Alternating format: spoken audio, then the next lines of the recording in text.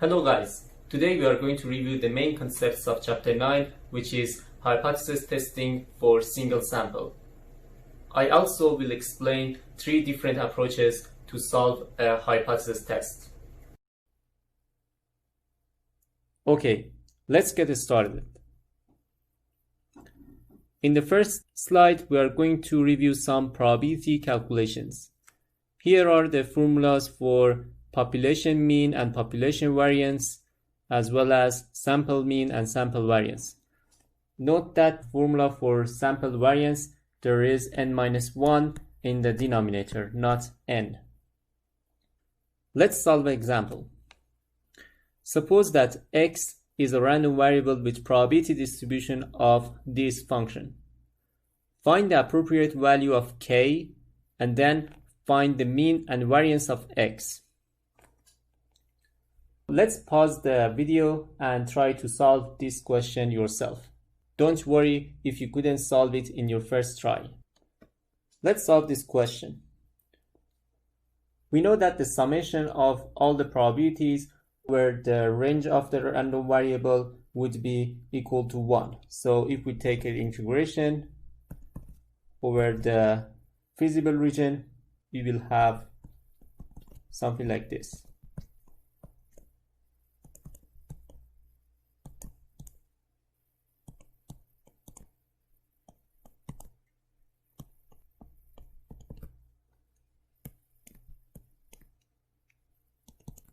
And if we do the calculations,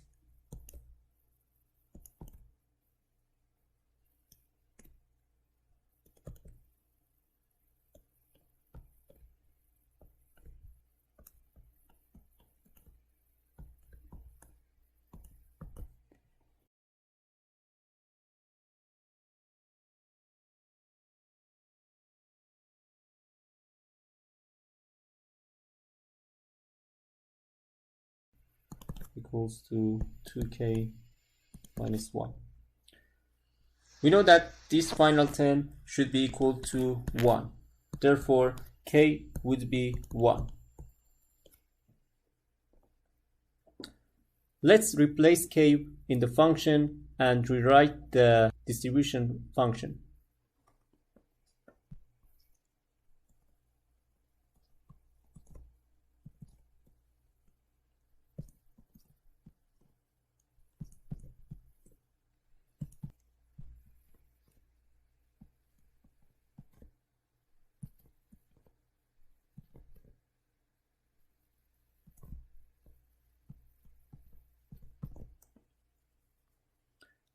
If we draw a graph for this function, we can simply see that it's a triangular distribution function.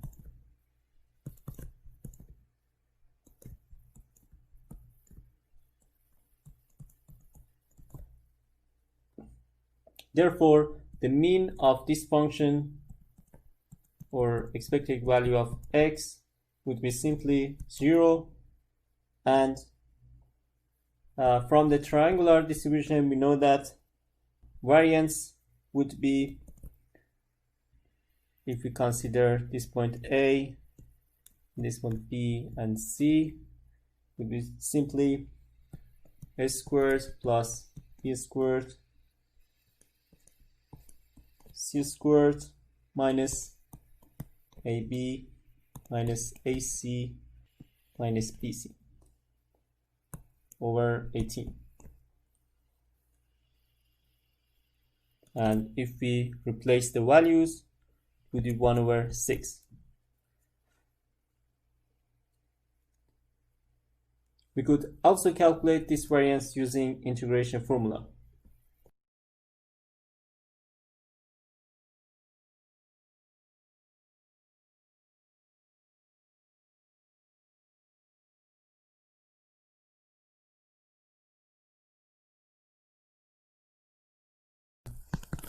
Negative 1 to 0, x squared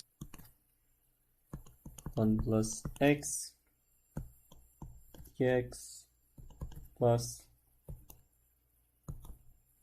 integration from 0 to 1 x squared and minus x dx.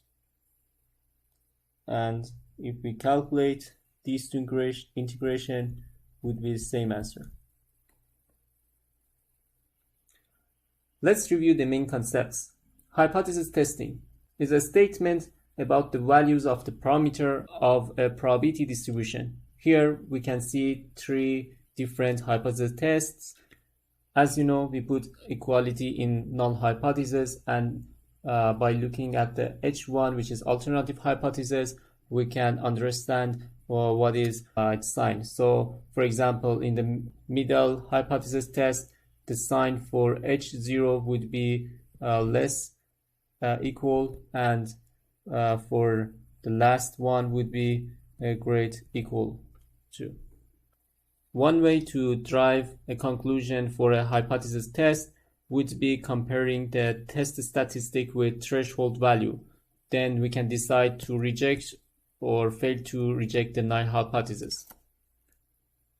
There is also p-value approach instead of traditional hypothesis testing. In p-value, we find the area under the curve and compare it with alpha. The disadvantage of traditional hypothesis testing would be it does not show any information how close or far away from the rejection region we are, and also alpha is predefined and may not reflect different decision makers' risk assessment. So p-value approach would be better in terms of making better sense for decision maker. If alpha greater than p-value, we reject the null hypothesis. Otherwise, we can only say we failed to reject the null hypothesis. And the third approach we can use is using interval estimation. In this method, we can estimate the interval between two statistics that include the true value of the parameter with some probability. If we do a two-sided test, we'll have a lower bound and upper bound. And if we do one-sided confidence interval, we would have a lower bound or upper bound only. So in this approach, if the value of the parameter specified by the null hypothesis is contained in the interval, then the null hypothesis cannot be rejected. Otherwise, it can be rejected at alpha level. Here I try to make a good summary for your exam. The first hypothesis we are going to review is inference on the mean of a normal distribution with variance known. Here you can see the null hypothesis and alternative hypotheses are written in the table. We can use any of these three approaches to test the hypothesis. The first approach would be test statistic approach.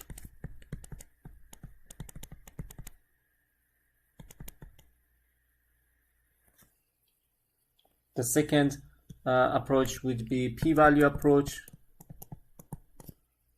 And the last approach would be confidence interval approach.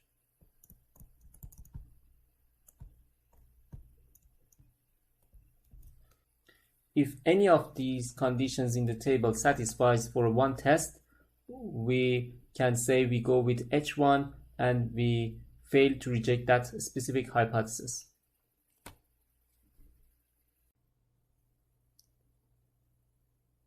Let's see an example. In this example, we are going to solve the hypothesis testing with all three approaches. The response time of a distributed computer system is an important quality characteristic. The system manager wants to know whether the mean response time to a specific type of command exceeds 75 milliseconds. From past experience, he knows that the standard deviation of response time is 8 milliseconds. If the command is executed 25 times and the response time for each trial is recorded, the sample average response time is 79.25 milliseconds. Formulate an appropriate hypothesis and test the hypothesis. Compute the p-value. Please pause the video and try to solve this question. As you may know, there are 5 steps for hypothesis testing. The first step is setting up the hypothesis. So we have H0, which is mu equals 75 millisecond, vs H1, which is mu is greater than 75 millisecond. In the second step, we are going to collect some data. Thankfully, the data is already gathered. So from past experience, we know that the standard deviation is 8 milliseconds.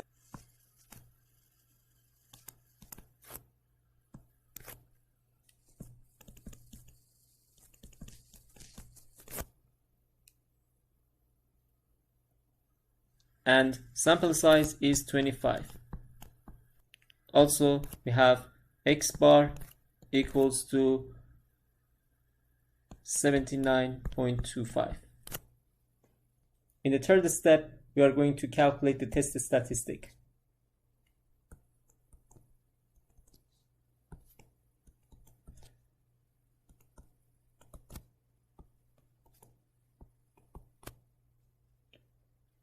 I use this test statistic because I want to do an inference on the mean of this population, and the variance of the population is already given. So by replacing the values, we will have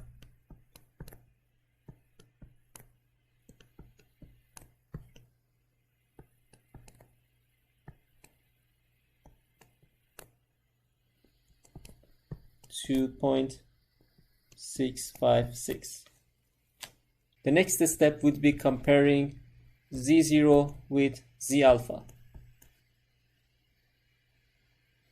So if we replace the values and consider alpha 0.05,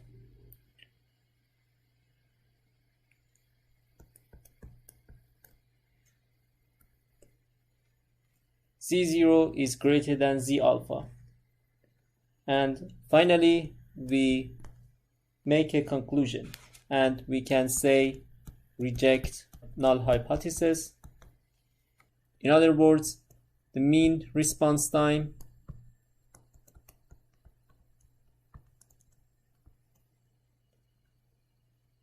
exceeds 75 milliseconds.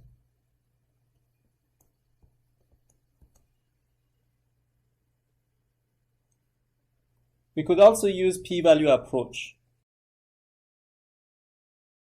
To better understand this approach, I draw the normal distribution.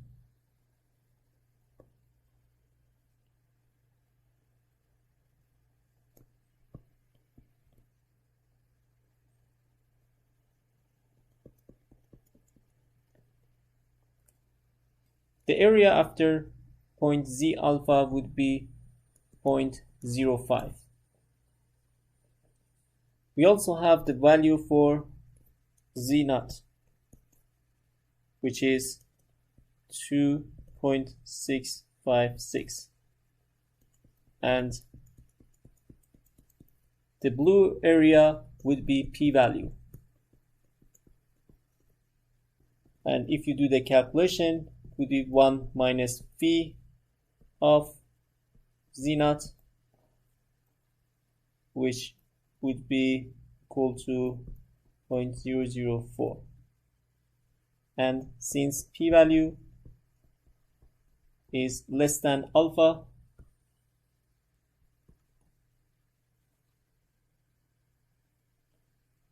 we reject the null hypothesis. Let's try the confidence interval approach.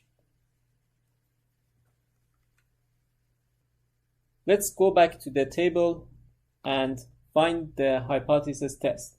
So we are in the second row. So the correct confidence interval would be something like this. So one-sided confidence interval would be something like this.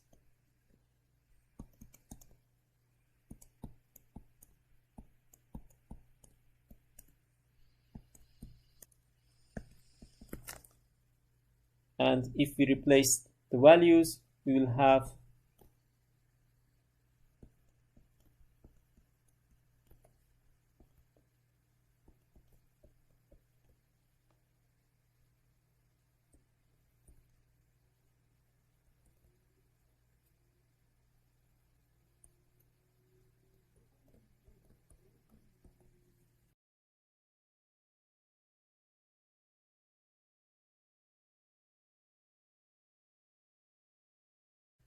since mu naught, which is equal to 75, does not belong to this interval, we can conclude that we reject the null hypothesis. In the next slide, you can see the formulas for inference on the mean of a normal distribution, but this time with unknown variance. Pretty much kind of similar formulas, but this time instead of population standard deviation, we have sample standard deviation. And if any of the conditions in the table satisfies, we can reject the null hypothesis.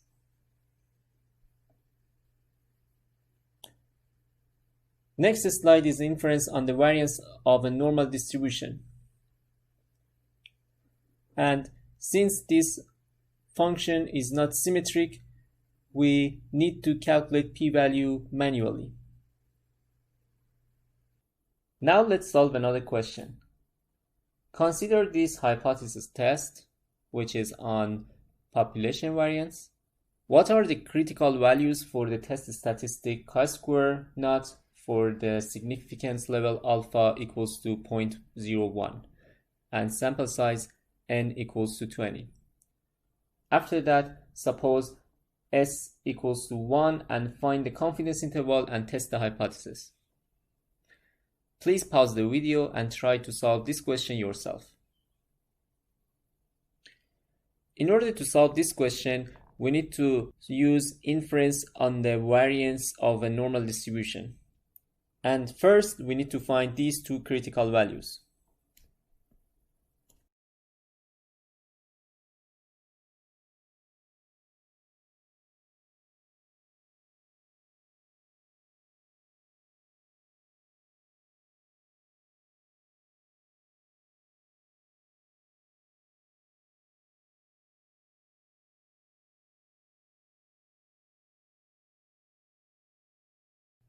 From chi-square table, we can find the following critical values.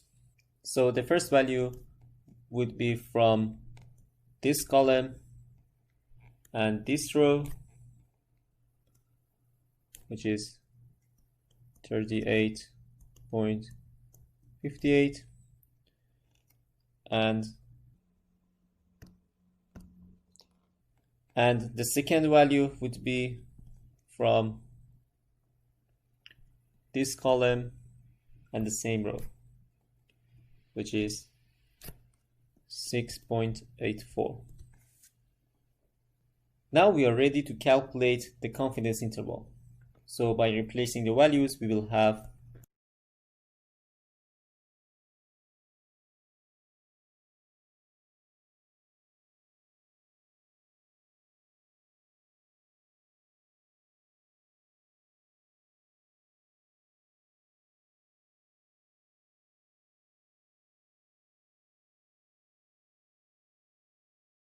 and if you do the calculations, we'll have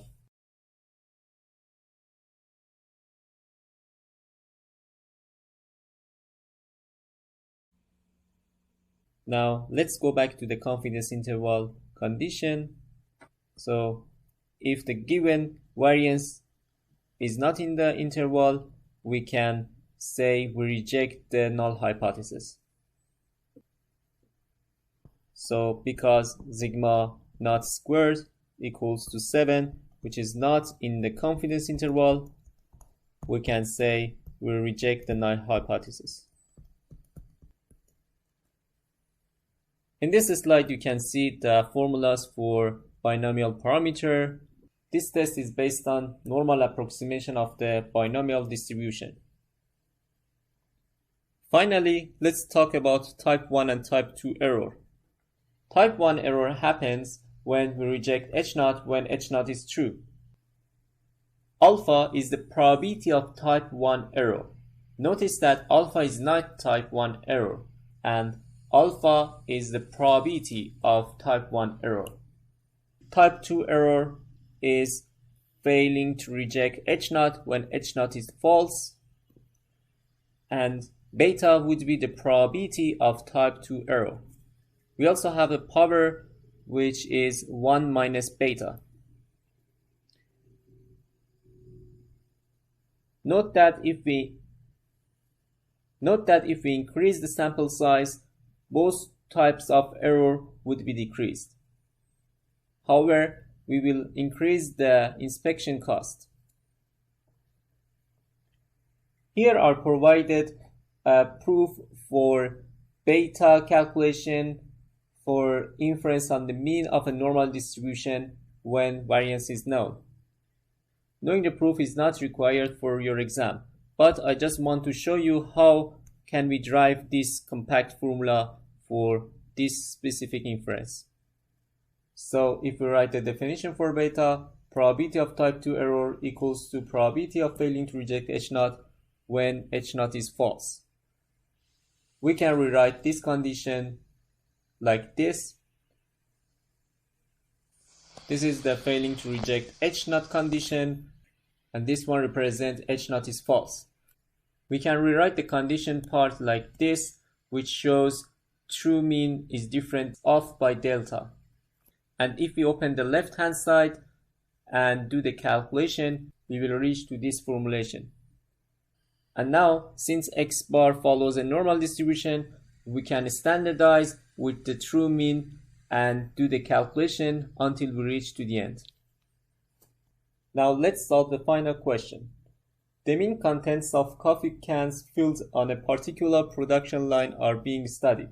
Standards specify that the mean content must be 16 ounces, and from past experience it is known that the standard deviation of the can content is 0.1 ounces. The hypotheses are something like this. A random sample of 9 cans is to be used, and the type 1 error probability is specified at alpha equals to 0.05. What is the type 2 error if the true means contents are mu1 16.1 ounces?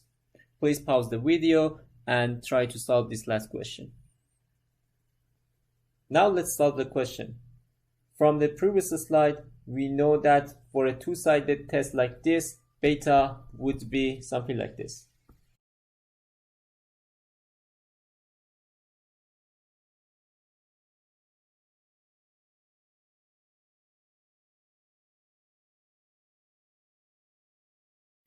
Delta here equals to mu1 minus mu0, 0.1. And if we replace the values, we'll have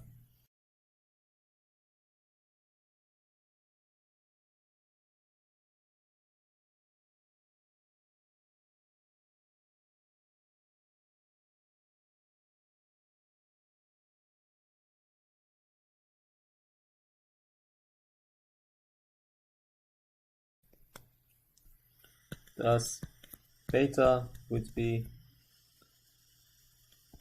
0.149 plus 0.